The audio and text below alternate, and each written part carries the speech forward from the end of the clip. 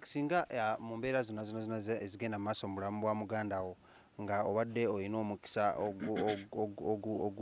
ogusalawo n'ogamba nti bwandibaddewa bwandibadde ku miscommunication ya Katero nga bw'ogambye, bwandibadde ku Momo 19 ebyentambula nga ebibadde bibeerawo, guzubuzi bwandibaddewa. Obuzibu bwonna mu nsi yonna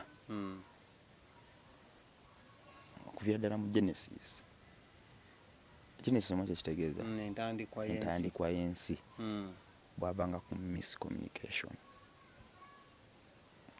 Buli omanyi waliwo mu kasitole k'omunaala gwe Babeli okamanyi? Lawrence yakamanyi musomi nnyo wa Bible okunsinga. Katonda yatonda abasajja abayezigezi bangi mu nsi n'abatonda nga balina olulimi lumu. Bwe batonda nga balina olulimi lumu ne bakola ebintu bingi nnyo ne bawulira nga bamativu ku bo. Ne bafunamu ekirowoozo ne bagamba naye tukoze buli kimu ku nsi, tulina amagezi mangi, tweyagala nnyo, tuli basanyufu. Lwaki tetuyiiyaayo omunaala ne tuguziima gusobola okutuuka mu ggulu tulabe ku Mukama waffe, Mukama Katonda waffe, tubeeko n'ebibuuzo bye tumubuuza. Ne batandika omunaala nga basajja bali siriyasi. Ng'omusajja akwata amabulooka, omuntu alina emikono ebiri alina kukwata amabulooka abiri n'agaweereza munne. Naye olw'obuvumu bwe balina abasajja bakwatanga amabulooka, bakwata amabulooka nga 8, agamu n'agateeka eno ku gundi, agamu n'agateeka eno, nga bagamba tulina okutuuka wa. Mukama bwe yaraba nga abasajja bano basusse n'atya obuvumu bwe bakozesa n'agamba n'ebigendererwa byabwe ate teraali byawa Katonda. Mukama n'agamba kamba kakkanye kuba nze nze Katonda. Teekawo olulimi olulala.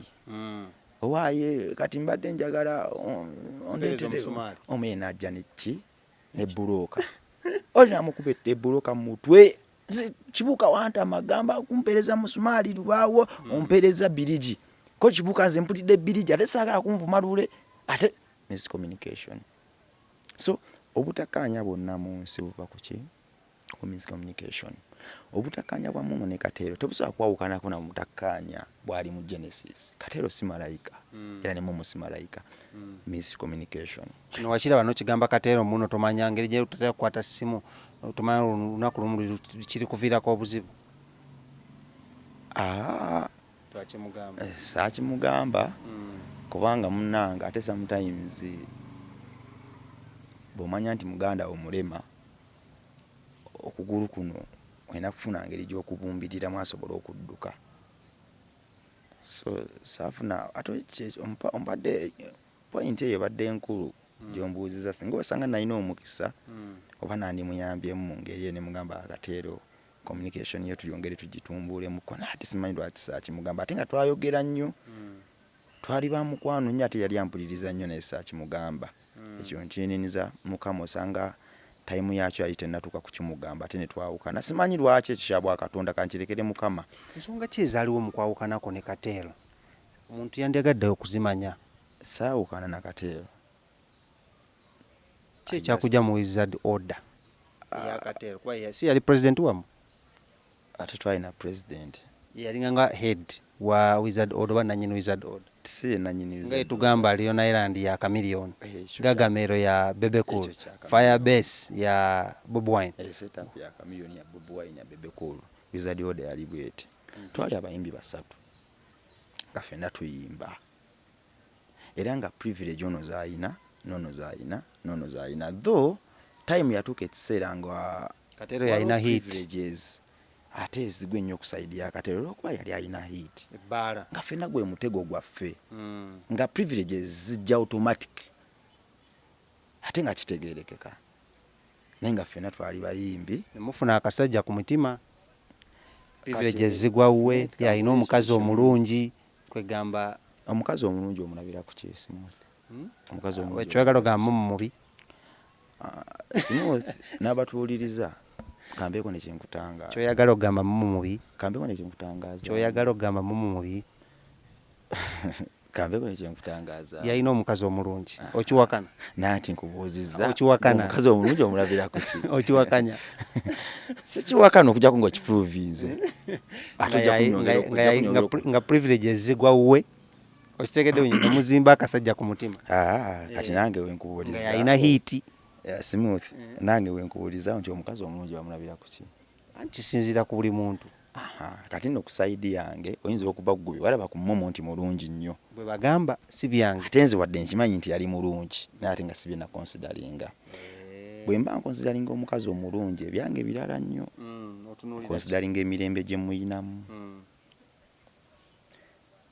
amagezi n'engeri gyantuusaako ensonga ze momo yali nga aboggola kimulabanga mu bulamu bwange bwonna momo we yajjira kundi mwasigala muyina emirembe oba emirembe gyabaggwako momo bwe yajja ku that order nze nafuna mukwano gwe kuba momo yali mukwano gwange kale nze momo yali wewaava obuzibu awo ne bwe nali nnyimba oluyimba lwange olwasooka okukola sense y'amaanyi mu nsi era momo yaluwulya naŋŋamba Metanik, that song is nice. Nali nfumba nga mpaata nga bwe ŋŋenda bwe njijayo amazzi bwe ngayiwa mu sinki naye nga nina akantu kange ke nnyimba n'ensembera ne mbimusiiga ebirangi nga vibe yangifunira mu kufumba naye naasembera n'abinsiiga akayimba akawulira n'ava mu kisenge era mu kisenge ategeka ngoye n'ava n'aŋŋamba Metanik, that song is nice, oluyimba olulungi.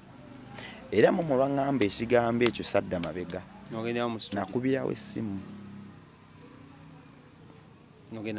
sadda mabega nakubirawo essimu paka mu studio ewesiza pulo nenkolerawo oluyimba lw'ebirangi. Oba oluyimba lwe lwavaako obuzibu nedda kino mbadde njagala kikulaga nti vibe wagifuna nga momo amaze kugamba ate ne vibe eyo kugifuna ate era Kateero yagyongeramu ebigambo gamba Metanik wano tukyusewo tukole kino Metanik olaba otya mu kifo kya gundi wetuteekawo nembimusiiga ningamba Kateero so nga nange era bwe nakulaba ku nnyimba ze kuba Kateero kyali kizibu nnyo okuyiiya oluyimba nga temuli kigambo kyange nga temu kigambo kya shimdropa kyali kizibu nnyo shimdropa okuyimba oluyimba nga temuli kigambo kya Kateero fe it was a teamwork kyokka ate nze nzikiririza mu kukuuma ennyo amaanyi ga muganda wange naze nkyali munafu kuba amaanyi ga muganda wange gokka ge gansobozesa okuba ow'amaanyi.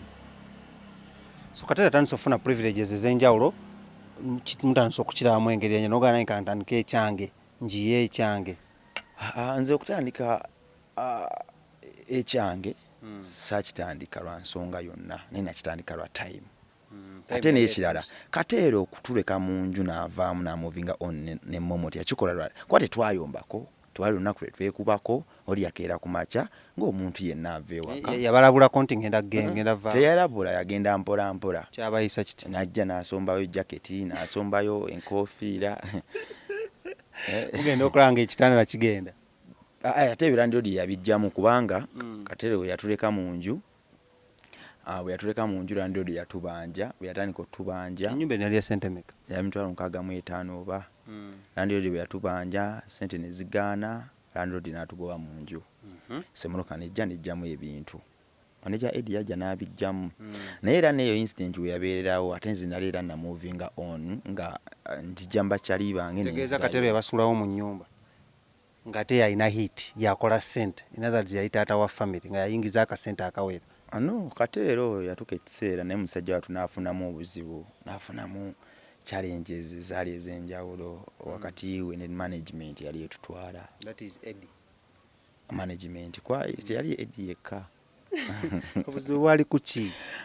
Ebintu bingi ebyali tutatambula bulungi. So Kateero naye yali kajja nenga temukalaba. Ebyo bibaamu bya busajja. Sometimes sente waliwo omuntu aba ow'amaanyi ennyo ku sente. Ate waliwo omuntu aba omunafu ennyo ku ssente naye mu mbeera eyo ate tolina kukuba munno okumutta olina kumuyambako okutambula. Katani yakuba ani okumutta?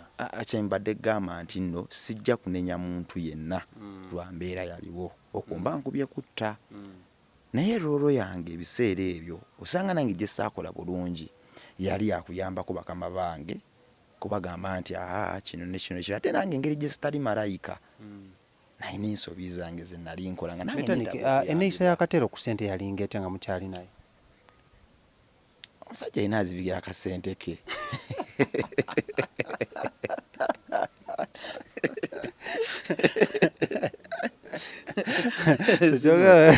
Kateli azirikiranga kasente nga ewamu mutakanjulayo bulungi. Smooth onsesezza nnyo onsesezza nnyo nonsanze sinnasekako naye omusajja ali muzibikizi wa kasente.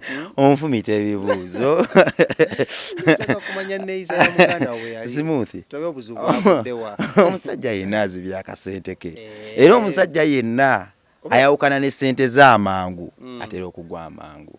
Amaanyi g'omusajja yenna gaba mu kubala ssente ye nga buli weefuluma ategeera kyegenda okukola. Ensasanya ya Katero nga tannafuna momo yalinga etya? Katero si musaasaanyi naturally, Katero si musaasaanyi era bye bintu bye nalaba momo akyusa mu bulamu bwa Katero ng'agaba kasente. Katero si kugaba naye nalaba momo nga nalaba Katero ng'atandise n'okwagala ebintu bye. Nga ndaba Katero atandise okusasula miliyoni 4 akole video oisi yali Katero ninga mu kusooka 85 kakadde.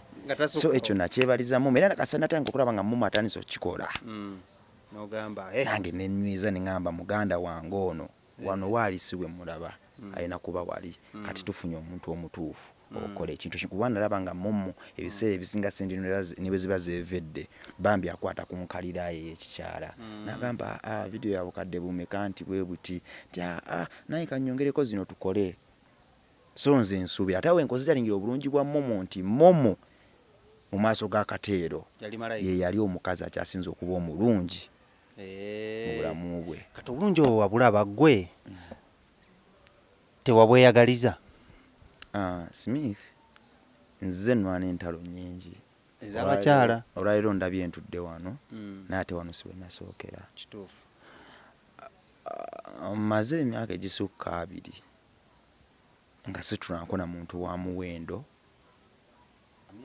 So mu process eyo y'okulwana njigiddemu ebintu bingi nnyo naye ate omumuli mu kyo era ogubadde gumulisiza yendaga gubadde gumu nti buli muntu aba n'ebiryo bye. Tosobola kukungulira mu biryo bya munno ate tosobola kusigira mu biryo bya munno. Okungulira mu biro byo era osigira mu biro bya munno. Mukyala wa munno ne waba mulungi nga bamuyoka amazzi n'oganywa oba omulala n'aganywa tabawo aba wa munno. Kale eyo nga twagala ovayo. So Katero basuddewo mu nnyumba agenze embeera etandika ogootaana. Embeera yali etya Katero amaze obbasulawo mu nnyumba? Nagambye nti Katero we yatusuulira mu nju nkozesa nnyo we yatusuulira kwasaagala nnyo kwejjamu kuba twali bameka bana Katero Igweshi Mdropa Baptista visa kyali wange oyo bakati ali ludda nja munoonyaako. Yavaamu amannyo era yamukuba naddamu mulaba nga bambi yavaamu yafunamuko obuzibuzibu naye era nze nkinyinyiza ku n'afunayo ko ne ku muyimbi awo gw'amanaginga nekigaana. Naye weakness yamwe temwenoonya lwaki temwenoonya? Weakness yaffe twatuka ekiseera communication eba nga nzibu nnyo ate lwadde twali bana naye twalina akasoli akakulu akaali kalina okwongera okunyweza obumu mu ffe nga bwe kagaana kiba kifu. Twafuna twagenda tugayalamu mu communicatinga era communication oyo olwafa ennyumba yaffe yonna neeyiikamu eyalimu abantu abayimbi 3 yonna neeyiika neegwamu. Lwaki? Nze nali simanyi muganda wange kyalowooza nga naye tamanyi kyendowooza. Nali simanyi visa kyalowooza nali simanyi dropa kyalowooza ate nga bonna bwe tebamanyi kyendowooza. So communication eyo olwasalwako embeera ennyumba yaffe neegwamu. Ennyumba ey'okugwamu tebwali bunafu bwange oba tebwali bunafu bwa Katero bwali bunafu bwaffe ffenna nga gurupu. Katero abaleseewo ne babagoba mu nnyumba kyabayisa kyakuyisa kityanga? Tewali muntu kubanga kankuli ekintu kimu nze nali moving zone nga nina enju gyembeeramu ng'era obulamu bwange butambula naye ate baganda bange dropa ne Katero tebalina ki. So nganze okuwulira nti baganda be bagobye mu nju tekyampisa bulungi ng'omuntu yenna omuntu bali obadde nabo emyaka 2 olowoozamu nogamba baganda bange bano myaka 2 tukoze ebintu bingi bagende kuliva tesula wabweru ng'omuntu yenna owulira ennaku n'onyolwa.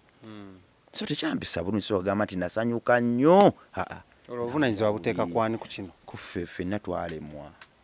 Oza singa Katero teyava mu nnyumba eno oza singa bandi bagobyemu. Kubanga singa Katero teyava mu nju eyo kampu yaffe yali yakusigala nga nkyamufu wadde yali erina ebizibu bingi ne at least emu ku ndiga ezaali zisumbibwa zali order ate ffenna kwe twali tugumira yali ekyaliwo. Endiga eyo yali Katero yalina sennene nnyo wadde ffenna twali twenkana naye olw'okuba muganda waffe ate Katonda yali amublessinze n'embeera endala mu kuyiiya ng'ayiyiza ebitontome ne biyitawo ffe kye twali tunakola.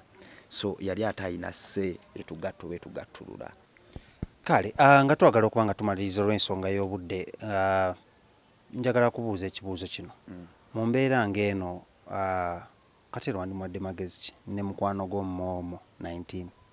No nga sinnabagenda ku Katero ne Momo kansooke mpe baganda baffe bonna abatulabe amagezi bannamawulire ab'enjawulo babloga ndooza bonna kiti kya bannamawulire bo kyandibadde kirungi nnyo mu biseera nga bino ne muwa omuntu nga Metanik Rabongo platform ng'ayogera ku achievements ne success z'omuntu nga Katero banga Momo than okuwa Metanik Rabongo platform ng'eno okwongera okuyuzaayuza olwedde ebiwundu ebitonyolokoko omusaayi omuyitirivu. So ekintu esaala yange eyo njagala ndabe ku Uganda ey'enkya esiima omuntu ng'akyali w'amaanyi esiima omuntu ng'akyali mulamu era ng'akyali mu bitiibwa bye byalwaniridde okufuna than okwogera ku muntu atakyalina maanyi geerwanako than okwogera ku muntu atakyalina kitiibwa na kimu kikyakonsideringibwa mu bulamu bwe. Uganda gye nsaba ey'enkya. So manyi kisoboka naye nga babiri bano balina success gwe zotunako n'ogamba muno zino neeno zibakoze bombi emyaka gy'omaze bonna. Tomanyi kati success va ku kyabwe ekyabwe kiyinza okubuzaabuza ensi kuba kiyinza okusigala nga kyabwe naye tomanyi bantu DAX Katero ne Momo be ba-inspirinze kugwa mu mukwano na kwongera kweyagala. Nze ndabye abakyala bangi nga bongedde okwagala babbaabwe abo olwa Katero ate ndabye abakyala bangi n'abasajja bangi nga bongedde okweyagala lwa Momo na Katero. So gwe baku-inspirinze okufunayo gweyagala? Of course Momo ne Katero amazzi ga how can I say that it's inspiration water, how can I term it? Amazzi agakulukuta nga tegakoma ak'obuvumu agazaamu amaanyi eri buli muntu nange ndi muntu nze omu ku abo era buli bwe mbadde ndaba Momo ne Katero nga bakimakinga ngamba one day Mukama nange nsobozesa ompe amaanyi nsobozesa ompe obuvumu n'ekkubo nfuneyo omuntu gwe nsobola okwagala nga Momo bw'ayagala Katero nga Katero bw'ayagala Momo. So eyo success esooka. Naye kati kikyaliwo? Obadde ombuuza success gye babadde anti ngamba omanyi success ate kati kankubulye simi omusajja oli yakuwa ebintu bina opposite yabyo nayo ng'olina ogiteeka mu ki mu nkola kati saawa zino lwaki abantu bajajinga nnyo omukwano gwa Katero ne Momo nti guweddewo? Nze no sikiriza mu kulemwa namba kati kugwe gw'okitwala oti gw'okiroza gwe amamanyidde ebbanga nze kyemmanyi ekitawanya Katero ne Momo nze kyemmanyi bali ba best friends kubanze bingi byendabyo wakati wa Katero ne Momo nga birina kukolwa ba best friends bingi nnyo ojja kumpa time osanga mbyogere ate mu ngeri endala naye nze bingi bye nalaba nange ne banjagaza okufallinga in love nga ndaba they are best friends. Are they still inspiring you now? Nze kyemmanyi kiri kimu inspiration yange terina besinga ku current situation kuba siba malayika nenyinza okuba nga already nfunye ekimala okuva mu bbo ng'ate essaawa zino ekyenfunye okuva mu bbo kye nnina okubaddiza nyongere mbanyweze. Kale omanyi twakyazizza omusajja nga mukubi wa bifaananyi. Abasajja n'ababeera bagezi nnyo bagatta art, tumuyita art. Bagattagatta ebintu ebyenjawulo ofunamu ekintu ky'oba tosuubira. So gatta langi 16 ng'olowooza ali mu kuzannya. Nzijukira twali ku video shoot yali ya birangi yali ya eco nga oli mu kanyoga ku mabaati langi oyo. Yali ya eco. Twali kujja live egenda ovaayo ng'ebifaananyi birungi naye nga twali tugamba omusajja agudde eddalu kiki so kati kyonkola kyekyo kyogezaako okunkola oteeka ati mu bibuuzo byange but it's okay I understand. Sometimes tulina okweyagalira ennyo mu mbeera emu oba endala, tulina okweyagalira ennyo mu kukkiriza ekirungi ne kiba ekirungi ate tulina okweyagalira ennyo mu mwoyo gw'obutanafuya muntu asaana kuba w'amaanyi. So bawe advice engeri gy'owadde advice abasigadde nabo ababiri abo engeri gye bali ba best friend bo naddala ddala Momo mwafumbanga naye emmere ne KATEL ennyimba mwagattanga mwenna ebigambo nzukira ddala kulimba lw'ebbaala Echo. Kuba kati nze kankubulire nagenda okuyimba mu studio nga tuyimba Echo. Nali ngenze kuyimba kirala era nempandiika ebintu byange ndi mu kisenge nengenda mu studio. Bwe natuuka mu studio twali muze Shimu Dropper ne KATEL ne Atini. Kati waliwo ekintu kye nali nsoose okuyimba. Bwe natuuka mu studio nga ndaba tekimpa bulungi vibe nga siyenze nenjagala nkikyuse. Dropper ne KATEL ne baŋŋamba nti Metanik kino ekintu ky'oyimbye tokiyimbangako obulamu bwo bwonna era eno fiiru gy'olese mu luno oluyimba ndala nnyo ne bagamba nze sitifiiringa.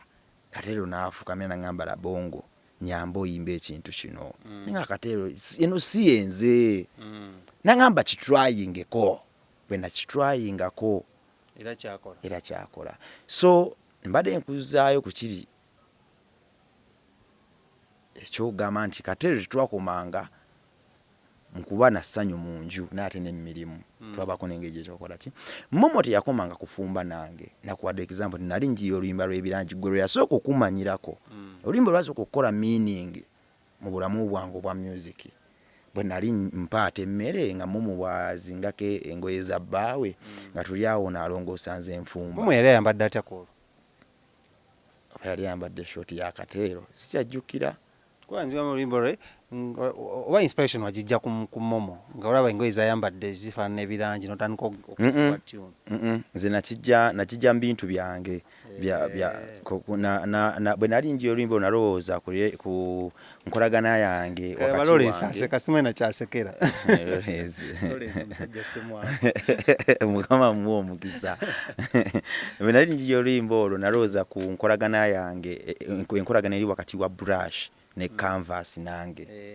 Sometimes bwe mba nkwata langi nga muteeka ku canvas nga bwe nkwata brush bwe njisiiga kati naddira canvas eyo nenjituuma omuntu engeri gye njijjamu ku canvas engeri gye ntula wansi engeri gye nzisigamu canvas langi engeri gye nkozesa brush so nensembera nembimusiiga ebirangi. Sometimes mu process ey'okusiiga ate nabeera langi akola ki naye nasembera n'abensiiga banange nakwata gundi environment eyo gye nsiigiramu nengikyusa nengikolamu oluyimba olwo. Naye ate mu creating oluyimba olwo Momo yaluwulira najja naŋŋamba Metanik oluyimba olulungi kati gwekuba kyeŋŋamba nno tosobola kitegeera oba togenda buziba.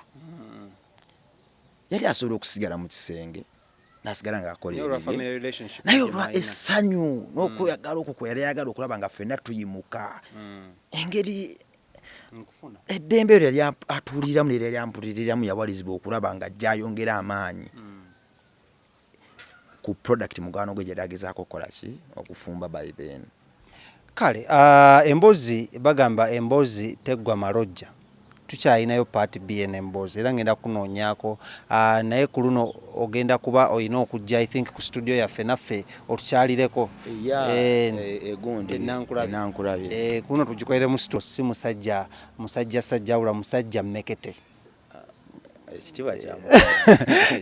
Wakatero ne Momo amagezi oba advice nga mikwano gyo? Nze no mikwano gyange egyo kyensobola okigamba kiri kimu mbu baleme kutambulira nnyo ku ngoma abantu balamu maki magoma gakubira aliwo bekume badde mbatambule baneme kuleka nnyo biwundu biyika musaya ate kuvaamu kansa olw'obusungu n'amalala bakakkane babeeko ne ngeri gye banyiganyiga olwedde ebiwundu ebyo bakozingiddwako yengeri kwa gye basobola okukola ki okuwangula n'okugenda mu maaso bannamagye anyway sijja genda wala nnyo Uganda mukama bawo mukisa otidde obongera obbabuulirira waliwo akagero kimbadde ngenda okukola kine kayinza otwala essaawa endala bbiri okukaggusa ketujja otandikirako akabannamagye si kyo bannamagye ebigambo ebisembayo eri abafaanizi boona abasinga okwagala